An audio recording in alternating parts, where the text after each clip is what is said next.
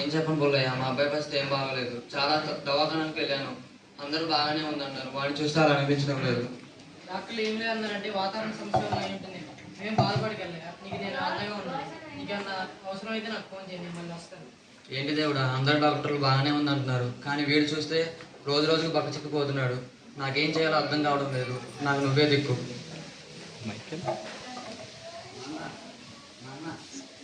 ఏంటన్నా?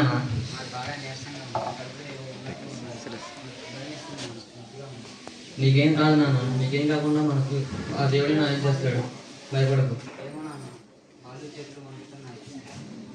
నాకేమైనా అయితే మిమ్మల్ని ఎవరు చూసుకుంటారు? నీకేం కాకుండా నేను చూసుకుంటాను నాన్న, భయపడద్దు.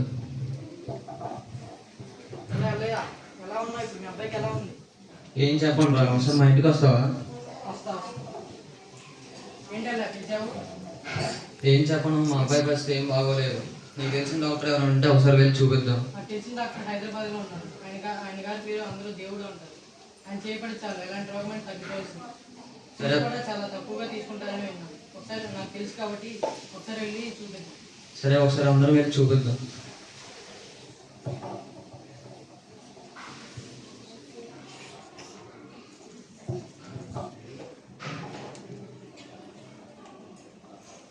ఆహా, ఎంత బాగుంది, చాలా శుభ్రంగా ఉంది. కానీ ఎవరు లేరేంటి? అదిగో అక్కడ ఎవరో కనిపిస్తున్నారు, నేను వెళ్ళి అడిగొస్తాను. అయ్యా, నా పేరు పుల్లయ్య. నాకు బాగా తెలిసిన దేవుడు డాక్టర్ గారు ఎప్పుడు వస్తారు? డాక్టర్ గారు వస్తారు.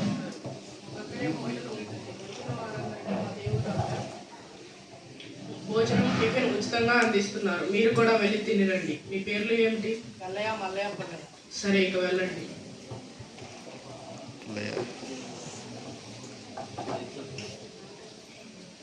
డాక్టర్ గారు, ఇందాకనే ఒక ముగ్గురు వచ్చారు. వాళ్ళలో పుల్లయ్య మీకు బాగా తెలుసంట కదా. వాళ్ళదే నూనాకిన పాలెం అంట డాక్టర్ గారు. ఎల్లయ్య, పుల్లయ్య, మల్లయ్య. డాక్టర్ గారు,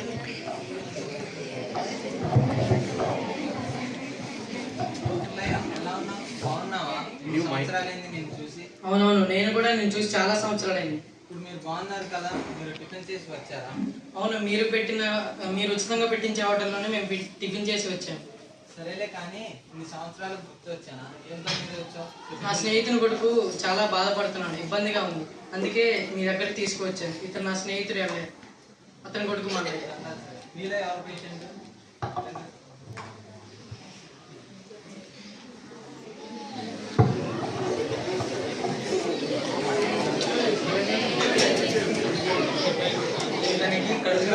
గడ్డలున్నాయి, ఏం భయపడకండి. అంటే ఏందయ్యా, ఏమైంది? మా అబ్బాయికి ఎలా ఉంది? మీరు ఇక్కడ 15 రోజులు ఉండాలి. దానికి కావాల్సిన ఏర్పాట్లు నేను చేస్తాను. మీ అబ్బాయికి క్యాన్సర్ వ్యాధి వచ్చింది. క్యాన్సరా బాబు? అంటే ఏంటి? అది పెద్ద జబ్బు కాదు, అది ఒక సాధారణమైన జబ్బు. సంతోషం దేవుడి గారు. ఇది మొదటి దశలోనే ఉన్నది, ఏం భయపడకండి, తొందరగానే తగ్గుతుంది. సరే అయ్యా, మీరే మమ్మల్ని కాపాడాలి, ఆదుకోవాలి. మీరు చాలా గొప్పవారని మా ఊళ్ళో చెప్పుకుంటే విన్నాను. మీ చేయి చలం వలన చాలా మందికి నయమైపోయిందని విన్నాను. అందుకే మా అబ్బాయిని మీ దగ్గర తీసుకొచ్చానండి. సరే, నేను వెళ్ళొస్తాను. అప్పటికి 14 రోజులు గడిచాయి. చివరి రోజున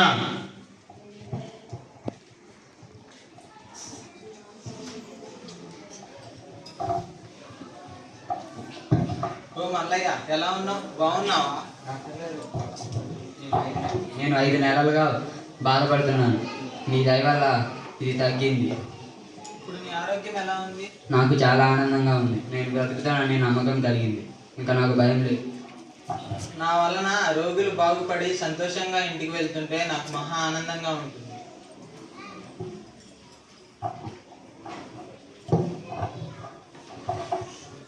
ఎల్లయ్య, దేవుడు డాక్టర్ గురించి నేను చెప్పింది నిజమే కదా.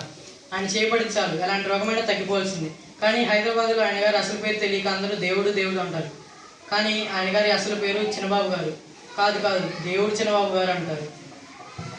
ఇలాంటి దేవుడు చిన్నబాబు గారిని ఆ దేవుడు దీవించి ఆశీర్వదించాలని నేను ప్రార్థిస్తున్నాను.